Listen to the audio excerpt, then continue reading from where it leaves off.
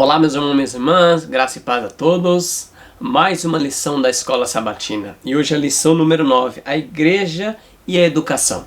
Se você não é inscrito no nosso canal, se inscreva. Clica no sininho para receber novas notificações. E compartilha, tá bom? Essa lição para que mais irmãos possam ser incentivados a estudar a Palavra de Deus e cheguem ao conhecimento pleno das Escrituras, né? Da Bíblia e do Espírito e Profecia. Pelo poder do Espírito Santo, que Deus possa nos guiar em toda a verdade. A lição, irmão, a Igreja e a Educação, antes da gente ler o texto aqui para memorizar, o texto para a nossa introdução, gostaria de convidar você para a gente fazer uma oração, tá bom?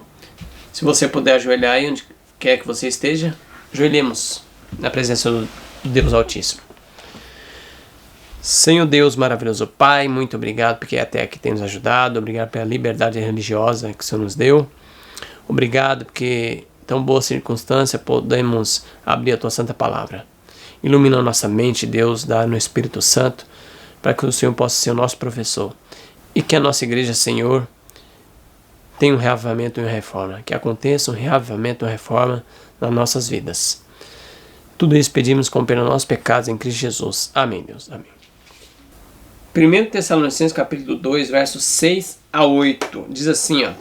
Também jamais andamos buscando glória de homens, nem de vós, nem de outros, embora pudéssemos, como enviados de Cristo, exigir de vós a nossa manutenção. Todavia, nós tornamos carinhosos entre vós, qual ama que acaricia os próprios filhos. Assim, querendo-vos muito, estávamos prontos a oferecer-vos não somente o Evangelho de Deus, mas igualmente a própria vida. Por isso que vos tornaste muito amados de nós. Que texto interessante, né, irmãos? Então a introdução fala que a igreja e a educação. Dentro desse texto, né, no contexto da lição, Paulo era um homem que trabalhava bastante para o Senhor, para educar as pessoas por onde quer que ele fosse, né? Educar nos caminhos do Senhor. Paulo fundou várias igrejas, as igrejas ficaram firmes, exortou muitos irmãos, muitas igrejas, aconselhou. Ele era um obreiro que trabalhava no seu ofício para ter seu sustento, um obreiro que trabalhava fazendo tendas, né? E outro período que ele não estava trabalhando, ele pregava o Evangelho. Que bênção, né, irmãos?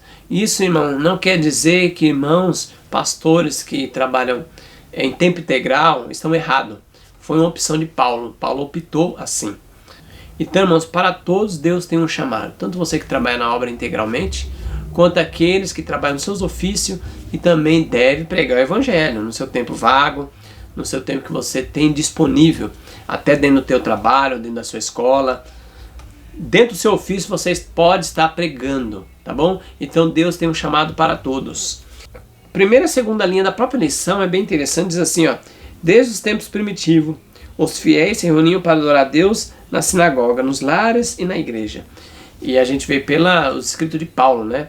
Tanto nas sinagogas, quanto nos lares, depois mais para frente, aí no século IV para frente, em igrejas, em templos, né?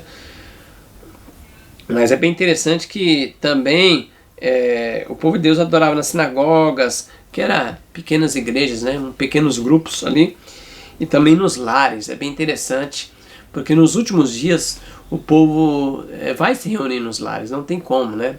Quando sair o decreto não comprar, não vender, nossas instituições vão ser todas tomadas, né? Se a gente permanecer fiel, e os fiéis vão estar espalhados em todos os lugares, nos seus lares, nas cavernas, nas florestas, adorando a Deus.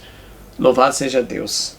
Testemunho para a Igreja, irmão, volume 5, página 166, olha o que diz a serva do Senhor. Na igreja primitiva, o cristianismo era ensinado em sua pureza. Seus preceitos eram transmitidos mediante a inspiração. Suas ordenanças não eram corrompidas pelos artifícios humanos. Ela revelava o Espírito de Cristo e se mostrava bela em sua simplicidade. Seus adornos eram os santos princípios e vida exemplares dos membros. Multidões eram ganhas para Cristo, não através de ostentação ou cultura, mas pelo poder de Deus que assistia à correta pregação da palavra de Deus. Olha que texto interessante, irmãos. Então a igreja crescia não por ostentação, não por harmonizar com a cultura da época, não porque as multidões não eram ganhas através da ostentação ou cultura, mas pelo poder de Deus que assistia a correta pregação. Então existia uma simplicidade, não tinha adornos, não tinha, vamos contratar os músicos, vamos chamar aquele pregador, ele cobra tanto, mas ele vai atrair grandes pessoas para a igreja. Não tinha isso, irmãos. Homens na sua simplicidade e mulheres cheias do Espírito Santo pregavam e as pessoas vinham, porque o Espírito Santo trazia. Olha que bênção, irmãos. Devemos voltar a esse princípio, irmãos. Simplicidade do Evangelho. Simplicidade. Alguns anos atrás, tinha um pastor aqui na nossa região que, infelizmente, irmãos, ele convidava as pessoas, fez um banner muito grande, um pôster, saiu com o carro de som falando: quem vier nessa semana de oração, nós vamos ter sorteio de geladeira, fogão e panelas e outros objetos aí. Então encheu aquele local. Encheu o local, a comunidade bem pobre, né? Irmãos, depois que acabou a semana de oração, as pessoas pegaram seus brindes. Quantos estão ali adorando a Deus? Dá para contar nos dedos. Que coisa, irmãos. E eu não sei nem se tem pessoas que visitam. Se não, é só os irmãos que já estavam ali trabalhando, que ainda estão ali. Irmão, que coisa terrível. Irmão, não precisa de ostentação, não precisa falar para a pessoa: vem para a igreja que você vai ganhar um fogão, você vai ganhar uma geladeira, brindes. Irmão, essa não deve ser a motivação. Nós devemos pregar, nós se consagrar, nós Adventistas do Sétimo Dia, se consagrar ao Senhor, e o Espírito Santo que nos usa, que pode nos usar, se a gente permitir, atrairá as pessoas. Pelo testemunho, os fiéis vão vir. Então, irmãos, vamos voltar ao princípio, lá para a igreja primitiva. E louvado seja Deus que a profecia diz que a igreja vai ser assim nos últimos dias. Vai voltar ao que era antes. Vai voltar ao princípio do Evangelho. Louvado seja Deus. Vamos para domingo agora, irmãos. Lucas capítulo 10, verso 10. Lucas capítulo 10, verso 30 a 37. Lucas capítulo 10, verso 30 a 37. Diz assim, ó. Jesus, prosseguindo, disse: um homem descia de Jerusalém a Jericó e caiu nas mãos dos ladrões, as quais o despojaram, espancaram e tiraram, deixando-o semi-morto. Casualmente descia pelo mesmo caminho certo sacerdote, e vendo-o passou de largo. De igual modo, também um levita chegou àquele lugar e viu e passou de largo. Mas um samaritano que ia de viagem chegou perto dele, vendo-o, encheu de compaixão, e aproximando-se, atou-lhe as feridas, deitando nela azeite e vinho, e pondo-o sobre a sua cavalgadura, levou para a sua estalagem e cuidou dele. No dia seguinte, tirou 2 denários, deu ao hospedeiro e disse-lhe: cuida dele, tudo que gastarem a mais eu te pagarei quando voltar. Qual, pois, desses 3 te parece ter sido o próximo daquele que caiu nas mãos dos ladrões? Respondeu o doutor da lei: aquele que usou de misericórdia para com ele. Disse-lhe, pois, Jesus: vai e faze tu o mesmo. Que interessante, né, irmãos? Então, a verdadeira educação cristã. Qual é a verdadeira educação cristã? Nesse texto, é a prática do Evangelho. Devemos considerar as pessoas todas iguais. Os judeus, irmãos, infelizmente, para resguardar da apostasia, eles fizeram muitas cerimônias. E uma das cerimônias é que eles não poderiam tocar em uma pessoa que não era do povo de Deus. Uma pessoa era impura, essa pessoa era um impuro. Então eles passaram de largo. E um samaritano que era inimigo de Israel, as 2 nações eram inimigas, né? Jesus conta essa história falando que o samaritano usou de misericórdia. E bem interessante que no final do texto o doutor da lei nem responde que o samaritano que usou de misericórdia. Ele falou assim: aquele que usou de misericórdia para com ele. Nem disse o nome do samaritano. Tão raiva que ele tinha do samaritano. Então, irmãos, para a gente trazer essa lição prática para nós, devemos ajudar as pessoas. A verdadeira educação é o cristianismo prático. Essa é a verdadeira educação. Essa é a verdadeira piedade. A fraternidade. Ajudar as pessoas e todos são iguais perante Deus. Todos são iguais. Irmão, tem uma passagem aqui no livro Educação, a Serva do Senhor, logo no início ali na página 13, vai falar para nós sobre a educação no sentido pessoal nosso. Qual é a verdadeira educação para colocar em prática nossa e passar para outras pessoas. Olha que diz, ó. Nossa ideia acerca da educação tem sido demasiado acanhadas. Há necessidade de um escopo mais amplo, de um objetivo mais elevado. A verdadeira educação significa mais do que a prossecução de um certo curso de estudos. Então a educação não é só ir na escola, porque a gente vê aqui o tema da lição, a verdadeira educação, né? Pensa que é para a escola, mas não. É a prática do evangelho. E ela vai comentar aqui, ó. A verdadeira educação significa mais do que a prossecução de um certo curso de estudos. Então não é só estudos. Significa mais do que a preparação para a vida presente. Então, irmão, a verdadeira educação é mais do que livros, decorar livros, ir para a escola secular e tal. Mais do que o estudo de livros. Visa o ser todo e todo o período da existência possível ao homem. É o desenvolvimento harmônico das faculdades físicas, intelectuais e espirituais. Prepara o estudante para o gozo do serviço nesse mundo e para aquela alegria mais elevada por um mais dilatado serviço ao mundo vindouro. Então, irmãos, a verdadeira educação é você ter um desenvolvimento harmônico da faculdade física, intelectuais e espirituais. Crescer todo o ser, crescer harmonicamente. Então, irmãos, a verdadeira educação é colocar em prática aquilo que tem aprendido. E aí o ser todo cresce, né? A gente pode crescer harmonicamente, junto ao desenvolvimento harmônico das faculdades físicas, intelectuais e espirituais. E quando a gente ajuda o próximo, é mais benéfico para nós do que aquela pessoa que a gente está ajudando. Você sabe disso, você já fez uma boa obra e como você crescer espiritualmente, né? Não com a intenção de se mostrar, irmão. Não com a intenção de crescer e se salvar. Mas porque você está em Cristo, você está se desenvolvendo as faculdades físicas, intelectuais e espirituais, você vai crescendo espiritualmente, então é uma consequência ajudar o próximo, ajudar o outro a crescer também espiritualmente. Louvado seja Deus. Vamos agora para segunda-feira, irmãos. Mateus 5. Vamos lá em Mateus 5. Mateus 5, verso 14 a 16. Mateus 5, verso 14 a 16. E diz assim, ó, vós sois a luz do mundo. Não se pode esconder uma cidade situada sobre um monte. Nem os que se acendem uma vela a colocam debaixo de uma bacia, mas no catiçal, e ela ilumina todos que estão na casa. Assim brilhe vossa luz diante dos homens, de modo que vejam vossas boas obras e glorifiquem o vosso Pai que está nos céus. Então, irmãos, nós temos que ser a luz do mundo, mas nós não somos luz própria. Jesus está em nós. A gente se desenvolve espiritualmente. E aí, irmãos, nós naturalmente temos uma luz que irradia em nós, porque Cristo está em nós. Então nós vira luz do mundo. Luz do mundo, louvado seja Deus. E aí fala que essa luz não pode estar embaixo de uma mesa, embaixo de uma bacia.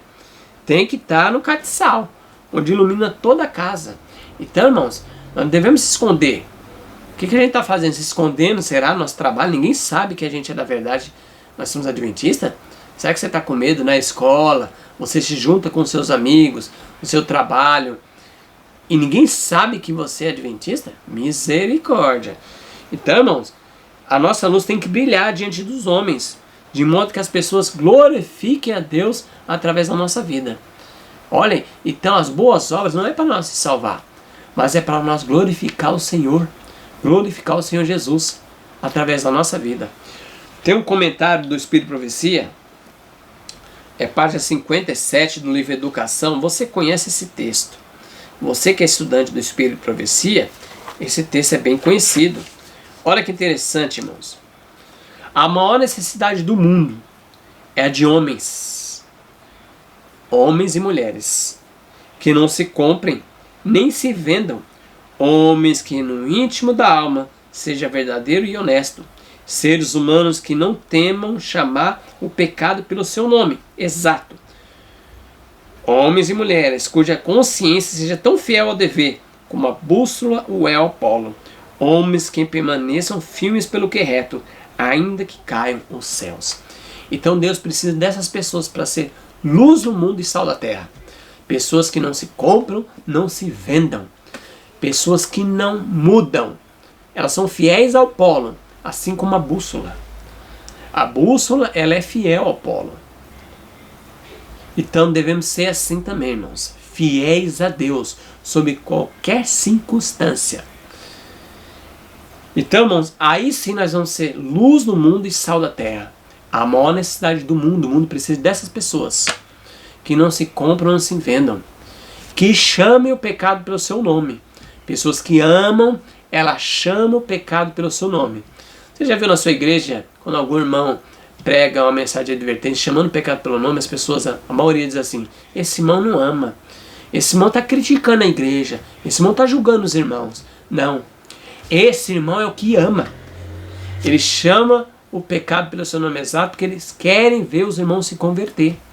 Os irmãos estão andando no caminho errado, eles querem advertir para os irmãos acordar e fazer uma conversão e vir para o caminho certo.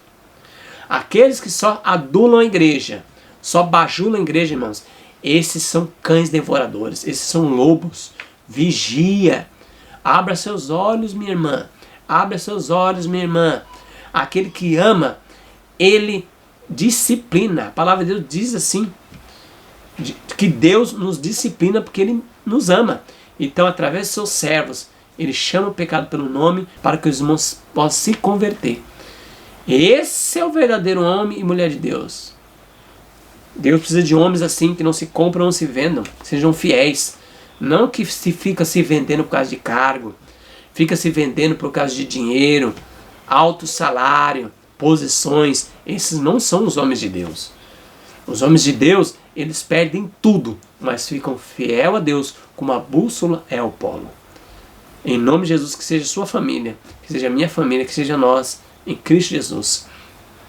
Vamos para terça-feira, irmãos? Terça-feira agora diz vivendo como os discípulos. E aí está em Lucas 4, Lucas capítulo 4. Lucas capítulo 4, verso 18 a 23.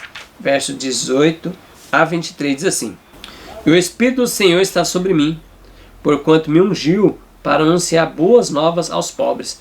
Enviou-me para curar os quebrantados de coração, para proclamar libertação aos cativos e restauração da vista aos cegos, para pôr em liberdade os oprimidos, para proclamar o ano aceitável do Senhor. E fechando o livro, devolveu ao assistente, e sentou-se, e os olhos de todos na sinagoga estavam fitos nele. Então começou a dizer-lhe: Hoje se cumpriu essa escritura aos vossos ouvidos. E todos lhe davam testemunho, e se admiravam da palavra da graça que saía na sua boca. Diziam: Esse não é filho de José? Disse Jesus: Sem dúvida, me direis esse provérbio: Médico, cura-te a ti mesmo. Tudo o que ouvimos ter se dado em Cafarnaum, faz-o também aqui na terra. E disse, 24, Em verdade vos digo, nenhum profeta é aceito em sua própria terra. Se você for escorrer mais o texto, você vai ver que depois o povo expulsa Jesus, exclui ele da sinagoga. Que coisa, porque Jesus pregou a verdade. Ele vivia a mensagem. E os discípulos também andavam nos caminhos de Jesus. E Jesus foi expulso da sinagoga. Irmãos, toda vez que Jesus entrava dentro de um templo, uma igreja, só tinha confusão. Você reparou? Por que será? Devemos pensar nisso, né? Devemos pensar muito seriamente nisso. Jesus parece que não se dava bem com a liderança, ou a liderança não se dava bem com Jesus. Porque Jesus tinha luz, ele era luz. E aqueles que querem viver fielmente padecerão perseguição e se cumpriram em Jesus, né? Então, irmãos, se você é luz, se você vive a vida de Cristo, você está se esforçando para andar nos caminhos do Senhor, colocar em prática tudo que o Senhor tem ensinado, pode ter certeza, assim como Jesus foi perseguido, você vai ser perseguido também.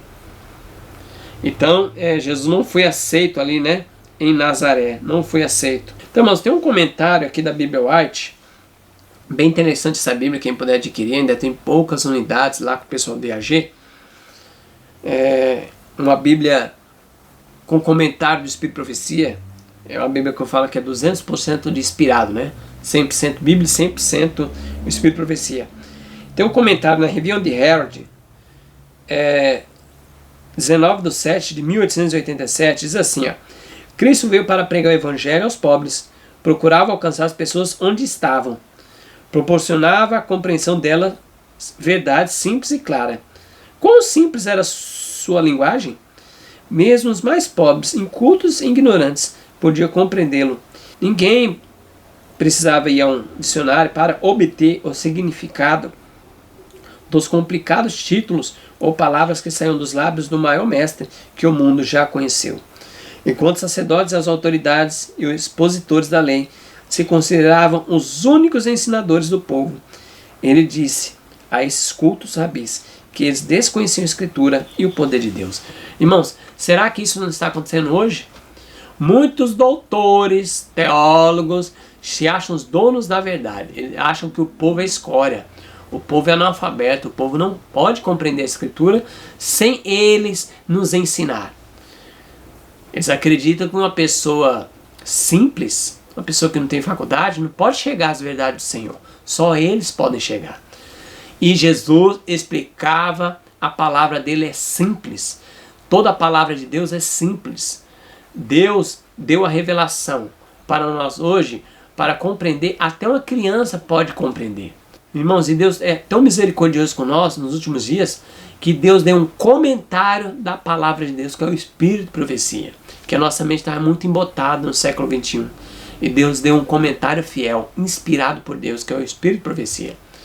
Então não precisamos de um dicionário, não precisamos de um doutor da lei para conhecer as verdades. É só ir na Bíblia e no Espírito de Profecia. Orar a Deus, pedir o Espírito Santo e Ele vai dar compreensão. Ele vai dar entendimento da sua palavra. Porque o mesmo Espírito que inspirou os profetas pode nos dar entendimento. Então, irmãos, cai fora dessa ideia, viu? Desses teólogos que são exaltados, que tenta rebaixar os irmãos. Quem é esse carpinteiro? Não fez teologia como nós, não conhece o grego nem o hebraico. Quem é esse carpinteiro? Jesus estivesse hoje, ele ia ser vituperado, ele ia ser expulso da sinagoga, assim como foi expulso lá no passado. Hoje ele ia ser expulso da igreja, porque Jesus pregou claramente. Essa profecia se cumpriu hoje em Israel, que estava se cumprindo nele. Que coisa interessante, irmãos. Vamos avançar. Quarta-feira, buscando a verdade. Vamos ler Jeremias, irmãos. Jeremias, capítulo 29, verso 13. Jeremias 29, verso 13. Diz assim: buscar-me-eis e me acharei, quando me buscares de todo o coração. Então o tema da lição aqui é na quarta-feira, buscando a verdade. Então o texto falou claramente, irmão, buscar-me-ei e me achareis, quando me buscarem de todo o vosso coração. Quando a gente buscar a Deus de todo o coração, nós vamos achar Deus. Nós vamos achar dentro da palavra do Senhor. Olha que bênção, irmão. Então vamos buscar de todo o nosso entendimento. Senhor, me ajuda. E nós vamos ter uma comunhão com o Senhor, vamos cear com Ele, em nome de Jesus. Outro texto é Mateus 7:7. Vamos lá, Mateus 7:7, diz assim: pedi e dar-se-vos-á, buscai e acharei, batei e abrir-se-vos-á. Então, irmão, se a gente pedir, Deus vai nos dar. Se a gente bater na porta, Deus vai abrir. Porque Deus é misericordioso, Ele está ansioso de comungar conosco. Então você pode conhecer toda a verdade. João 8,32. Conhecereis a verdade vos libertará. E a libertação do pecado. Se a gente buscar a verdade no Senhor, nós somos libertos. E Deus vai nos dar entendimento, porque Deus quer nos educar. A lição é educação e redenção. Deus pode nos educar e dar-nos a redenção. Deus vai educar cada filho dele em todos os lugares, nos 4 cantos da terra, para chegar ao pleno conhecimento da verdade. Louvado seja Deus. Deus é bom. Salmo 25, verso 5. Diz assim, irmão: guia-me na tua verdade, ensina-me, pois tu é Deus, na minha salvação, por ti espero o dia todo. Então o salmista aqui fala: guia-me na tua verdade, Senhor. Então o salmista pede para andar nos caminhos do Senhor, para que o Senhor possa guiar os seus passos. E nós hoje, aplicando para nós, irmãos, Deus pode nos guiar se a gente der o nosso coração ao Senhor, der a nossa mente para o Senhor possa controlar. E Ele vai nos levar pela Bíblia e o Espírito de profecia a toda a verdade. Louvado seja Deus. Outro texto aqui, irmãos, é João 16:13. João 16:13. Olha que texto interessante. João 16, verso 13. Que diz assim: quando vier, porém, o Espírito da verdade, ele vos guiará a toda a verdade. Porque não falará por si mesmo, mas dirá o que tiver ouvido e vos anunciará as coisas vindouras. Então, irmãos, o Espírito Santo que está hoje conosco nos guia a toda a verdade. Todas as pessoas sinceras, filhos de Deus, vão ser guiados na verdade. Vai ser livrado de muitos embustes de Satanás. Por quê? Porque eles se curvam ao Senhor, estudando Bíblia e o Espírito de profecia. Então, irmão, tire tudo da sua vida que afasta você da palavra de Deus. Tira tudo. Homens que escrevem livros que vão contra a Bíblia e o Espírito de profecia, tira da sua estante. Esses livros de homens ateus, até homens que dizem ser cristão, mas se eles colocam dúvidas na Bíblia e no Espírito de profecia, joga fora.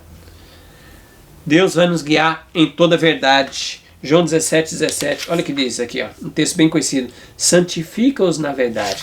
A tua palavra é a verdade. Então a palavra de Deus inspirada, que é a Bíblia, e o Espírito de profecia, é a verdade absoluta.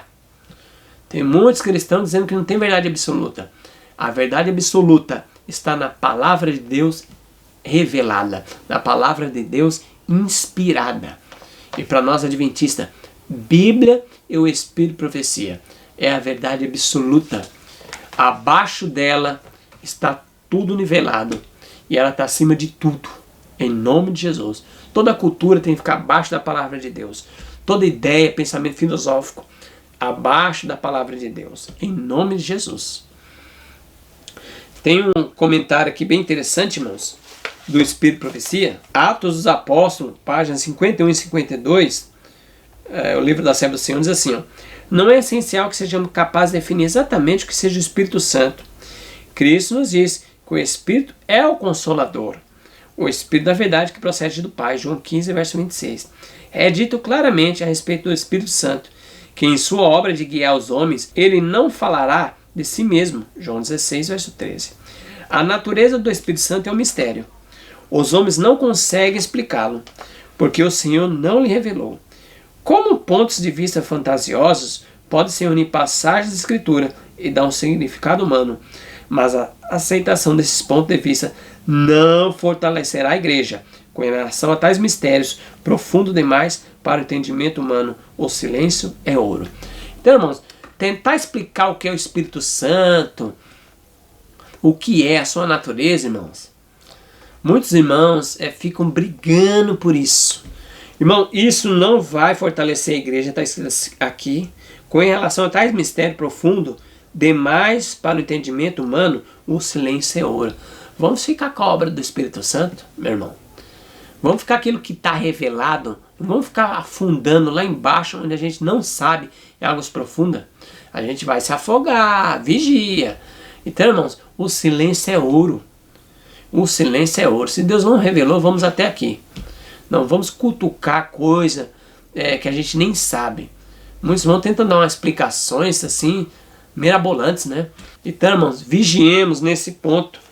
Tem outro texto bem interessante, irmãos, que está em Maravilhosa Graça, página 198, é uma meditação matinal de 1974. Meditação matinal antiga, boa. Sou animada e beneficiada ao compreender que Deus de Israel ainda guia seu povo e que continuará a estar com eles até o fim. Se já houve um tempo em que necessitamos de guia especial do Espírito Santo, esse tempo é atual. Necessitamos de inteira consagração. É mais que tempo de darmos ao mundo uma demonstração do poder de Deus em nossa própria vida, em nosso ministério. Então, irmãos, se houve um tempo que a gente precisa do Espírito Santo, é hoje. Nós temos que buscar como igreja o Espírito Santo. para Ele possa nos guiar, principalmente os pastores, principalmente os anciões. Tem que buscar a direção do Espírito Santo para fazer certo tipo de coisa, certo tipo de assunto para tratar na igreja. Tem que ter a guia do Espírito Santo. Se a gente for com as nossas emoções, irmão, nós vamos fazer só coisas que não deve. Irmãos, se a gente tem uma igreja que a gente está na direção, essa igreja sendo guiada por nós, e nós guiar essas pessoas para o precipício, ai, ai, ai. Jesus falou que era melhor pegar uma corda, amarrar uma pedra e se jogar num rio, do que fazer tropeçar um dos pequenininhos de Jesus. Vigia. Se você é líder, você tem que se colocar 10 vezes mais na mão do Espírito Santo. E nós, como os membros, temos que se colocar na mão do Espírito Santo, deixar o Espírito Santo nos guiar, em nome de Jesus, para que a obra do Senhor avance, pelo poder do Senhor Jesus. Irmãos, vamos agora para a quinta-feira, compartilhando nossa vida. 1 Tessalonicenses, capítulo 2, versos 6 e 8. 1 Tessalonicenses, capítulo 2, versos 6 a 8. É o mesmo texto lá do verso para memorizar, mas eu vou ler em outra versão aqui, nessa minha versão, que é a Almeida Antiga. Diz assim, ó: nem buscamos glória de homens, quer de vós, quer de outros, embora pudéssemos, como apóstolo de Cristo, ser-vos pesado. Antes nós apresentamos brando entre vós, qual ama que acaricia seus próprios filhos. Assim nós, sendo-vos tão afeiçoados de boa vontade, desejávamos comunicar-vos não somente o Evangelho de Deus, mas ainda nossa própria alma, porquanto vos tornares muitos amados de nós. Então, irmãos, que interessante, Paulo, como um obreiro do Senhor, como ministro do Senhor, amava as suas igrejas, amava os irmãos, conduzia suas ovelhas no caminho do Senhor, conduzia suas ovelhas não só no falar, mas pelo exemplo. Louvado seja Deus, que nós possamos seguir essa inspiração da palavra de Deus, né? Homem inspirado por Deus. Romanos 12, verso 12, diz assim, que a gente não se conformar com esse século, mas transformai-vos pela renovação da vossa mente. Então, irmãos, quando a gente compartilha a nossa vida, para a gente viver o Evangelho como Paulo, para ser um exemplo, para pregar, a gente não pode se conformar com esse século. A gente não pode estar a mente moldada com esse século. Senão, como a gente pode testemunhar? Como que a gente pode ser um ministro de Deus, guiar as pessoas, tanto no falar como no testemunhar? Se a gente está se conformando a nossa mente com esse mundo. Nós devemos ser moldados conforme a mente de Cristo. Porque o texto diz aqui, ó: e não vos conformeis com esse século, mas transformais pela renovação da vossa mente. Então a gente não pode andar, irmão, como os mundanos andam. No comer, no vestir, no proceder, no divertir-se. Mas fazer conforme a palavra de Deus. A nossa mente tem que ser renovada pelo Espírito Santo. Tem um comentário bem interessante, irmãos. Aqui, ó. De Romanos 12, verso 2. Olha que tá interessante. Está na Bíblia White. Romanos 12, verso 2. Diz assim, ó: os homens caídos podem ser transformados pela renovação da mente, para experimentar qual seja boa e agradável e perfeita vontade de Deus. Romanos 12, verso 2. E como ele experimenta isso? Pelo fato do Espírito Santo tomar posse de sua mente, seu espírito, seu coração e seu caráter. E onde essa experiência é demonstrada? Porque nós tornamos espetáculo ao mundo, tanto a anjos como a homens. 1 Coríntios 4, 9. Uma obra real é operada pelo Espírito Santo no caráter humano. Esses frutos são vistos. Então, irmãos, para a gente seguir nos caminhos do Senhor, ser como Paulo, nós devemos ser renovados pelo Espírito Santo, e as nossas obras, o nosso fruto, é visto pelas pessoas, e elas vão glorificar o Senhor. Continuando o texto. Assim como a árvore boa dá bons frutos, a árvore que está realmente plantada no jardim do Senhor produz frutos para a vida eterna. Pecados arraigados são vencidos. Pensamentos maus não são permitidos na mente. Mau hábitos são expulsos do templo da alma. Então, irmãos, aqueles que dizem que a gente vai ficar com pensamento impuro, como é que pode vencer todos os pensamentos mal, impuro? Irmão, através do Espírito Santo, pode. A gente tem que ter a renovação da nossa mente. Como Romanos 12 diz para nós, a renovação da nossa mente. Temos que ter uma renovação da nossa mente, transformar. A mente tem que ser transformada. Olha, que interessante, os maus hábitos são expulsos do templo da alma. Os maus pensamentos não são permitidos na mente. Continuando o texto, as tendências que estavam inclinadas numa direção errada, se voltam para a direção certa. Disposições e sentimentos errôneos são mudados. São criados novos princípios de ação e há um padrão de caráter. Temperamento santo, emoções santificadas passam a ser o fruto produzido na árvore cristã. Ocorre a transformação completa. Esta é a obra a ser feita. Manuscrito 1A de 1890. Então, irmãos, ocorre uma transformação completa na nossa vida. Essa obra é feita pelo Espírito Santo.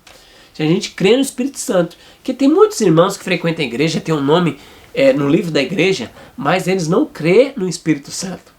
Eles não creem no Espírito Santo. Eles ficam falando, eu creio no Pai, no Filho e no Espírito Santo, creio na Trindade. Mas a boca fala, meu coração está longe de Deus. Quando alguma pessoa prega, irmãos, temos que vencer todos os nossos pecados através do Espírito Santo, as pessoas, não, isso aí não, só na volta de Jesus. Então elas estão dizendo que elas não creem no Espírito Santo, que o pecado, o diabo é mais poderoso do que o Espírito Santo, é mais poderoso do que Cristo, é mais poderoso que o Pai. Misericórdia! Se converta, meu irmão, se converta. Você está indo contra a obra do Espírito Santo, e isso é perigoso, rejeitar o Espírito Santo. Vigia! Irmãos, que coisa terrível! Então tem um texto aqui, irmãos, da Meditação Matinal, Este Dia com Deus, página 9. É uma meditação matinal de 1980, muito boa essa meditação matinal. Todas as meditações matinais da Irmã White são uma benção, irmãos. Principalmente as antigas, né? Todas. Eu, pela graça do Senhor, tenho adquirido todas. Tem uma exortação para nós, para a gente compartilhar a nossa vida, viver em pequeno grupo. O pequeno grupo, irmão, nas igrejas, o pequeno grupo nas casas são uma benção. Porque assim nós podemos compartilhar a nossa vida com outras pessoas, pessoas compartilhar suas conosco. Então nós vamos solidificando as amizades, o Espírito Santo ali trabalha e esse grupo é fortalecido, recebe o Espírito Santo. Muitas vezes em igrejas grandes, essas grandes catedrais, é muito difícil você ter uma amizade com um irmão. Às vezes tem irmãos que você está um ano na igreja, não sabe nem se ele é visitante ou da igreja, que é tão grande. Muitas pessoas vai e vêm, mas o pequeno grupo todos conhecem. Até se um irmão chega assim com um semblante meio triste, os irmãos já percebem. Porque ali é notado, você não passa desapercebido em pequeno grupo. E a irmã tem uma exortação para nós nos últimos dias. Que pequeno grupo se reúnam para estudar a Escritura. Vocês não perderão coisa nenhuma com isso. Antes tirarão grande proveito. O anjo de Deus estará em sua reunião e alimentando vocês com o pão da vida. Serão desenvolvidos nervos e músculos espirituais. Vocês estarão, por assim dizer, alimentando-se com as folhas da árvore da vida. Unicamente dessa maneira conseguirão manter sua integridade. A fidelidade a Jesus Cristo assegurará um preciosíssimo galardão. Esforce toda pessoa por obter a vida eterna, reconhecendo a Cristo em palavra e em espírito.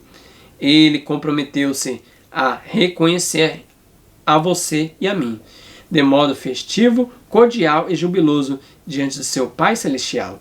Não vale a pena esforçar-se nesse sentido? Vejam os que podem fazer pessoalmente para ser fiéis aos princípios e manter a probidade em todos os aspectos da sua vida, e vocês contemplarão sua glória. Olha que interessante, irmãos. Então a exortação aqui para que a gente possa frequentar pequenos grupos da igreja, pequenos grupos de estudo nas casas, pequenos grupos de estudo do Espírito e Profecia. Nós aqui em São Paulo, em Francisco Morato, temos um. Já faz 5 anos que a gente tem esse grupo. Uma benção, irmãos. A gente já leu muitos livros do Espírito e Profecia e muitas pessoas têm despertado para a verdade. Esse grupo foi muito sacudido, muito perseguido, mas é firme no Senhor, porque os pés estão alicerçados na rocha, né? Que é Cristo Jesus e toda a sua palavra. Então, louvado seja Deus. Se fortaleça, meu irmão. Não fique aí na igreja, eu estou desanimado, aqui não tem nada. Se reúna com os irmãos que querem estudar em grupos, sábado à noite, de vez em pizzaria, para cinema, coisa que indevidas. Estudem nos pequenos grupos. Ore e peça o Espírito Santo, que vocês vão ser alimentados. Vai acontecer um reavivamento, uma reforma na sua igreja. Louvado seja Deus. E vocês vão ser luz no mundo. Cristo quer usar eu e você para a honra e glória do Pai. Para que o nome de Cristo seja glorificado, tanto aqui na terra como no céu. Então Cristo está esperando, irmãos. Nós refletimos o seu caráter. E só vamos refletir o seu caráter quando a gente estiver andando nos caminhos do Senhor, buscando na palavra de Deus. O Espírito Santo está nos guiando em toda a palavra. Irmãos, e quando o Espírito Santo nos guia a toda a verdade, não há nenhum ser humano que pode nos barrar. O Espírito Santo nos dá coragem, força e vigor. Se você é covarde, vigia, busca o Espírito Santo. Porque o Espírito Santo não deu espírito de covardia para nós. Espírito de coragem. Claro, com amor, com cortesia cristã, com paciência, mas avançando para frente. Não dê passo para trás, não.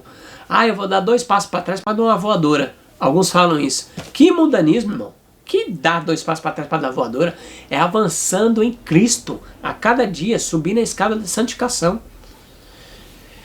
O texto para nós finalizarmos aqui, irmão, sexta-feira, tem um texto aqui na própria lição, é o desejado de todas as nações, página 299, diz assim, Cristo frustrou essa esperança de grandeza mundana que os discípulos tinham, Israel também tinha, que ia haver um reinado na terra, que eles iam expulsar o demônio. Eles iam expulsar os romanos. No Sermão do Monte, procurou desfazer a obra da falsa educação, dando aos ouvintes o conceito correto sobre o significado do seu reino, bem como de seu próprio caráter. No entanto, não atacou diretamente os erros do povo, via as misérias do mundo por causa do pecado, mas não lhe apresentou um quadro vivo da sua desgraça. Ensinou-lhe algo infinitamente melhor do que havia conhecido. Sem combater suas ideias sobre o reino de Deus, apresentou-lhe as condições para ter acesso a ele, deixando-os tirar as próprias conclusões quanto à natureza desse reino. As verdades que ensinou não são menos importantes para nós do que para a multidão que o seguia. Não menos do que eles, necessitamos aprender os princípios fundamentais do reino de Deus. Então, irmãos, a gente precisa aprender os princípios fundamentais do reino de Deus. Que interessante, irmão. Sermão da Montanha, capítulo 5, 6 e 7 de Mateus, é uma bênção para nós. Tem até um livro, irmãos, que eu gostaria de indicar para vocês, que é o maior discurso de Cristo, que vai explicar o Sermão do Monte. Uma bênção de livro. Um livro não é muito grosso, né? É da Casa Publicadora, você pode adquirir até quem tem um celular, né? Que baixa os livros, também tem grátis. O maior discurso de Cristo. Então eu indico para os irmãos se aprofundar no Sermão do Monte. Ali Jesus explicou como deve ser um cidadão do reino, como deve andar um cidadão do reino aqui na terra. Irmãos, que Deus te abençoe, que você, em nome de Jesus, procure estudar a palavra de Deus, estude mais e cresça espiritualmente. Peça ao Espírito Santo que Deus vai dar para guiar em toda a verdade. Se você puder, vamos ajoelhar para falar com o nosso Deus? Senhor Deus, maravilhoso Pai, graça te damos pela tua misericórdia, pelo teu amor, pela tua palavra. Nos ensina na verdadeira educação, educação prática, educação que possamos crescer harmonicamente, espiritual, físico, mental. Nos ajuda, Deus, a crescer assim, passar essa mensagem para outras pessoas, ajudar outras pessoas também a crescer espiritualmente. Perdoe nossas iniquidades, Deus, transforma nosso coração, nossa mente, renova-nos, Senhor, e ajuda a não se conformar com esse século, com este mundo. Lhe pedimos, Senhor, que o Senhor abençoe esse irmão que está nos assistindo, a irmã também que está nos assistindo, toda a sua família, que possa ser abençoada pelo Senhor, que os anjos do Senhor acampem ao redor, que nada de mal venha acontecer, que o Espírito Santo possa guiar eu e os nossos irmãos que estão nos assistindo em toda a verdade. E pedimos não que haja mérito em nós, em Cristo Jesus. Amém, Deus. Amém.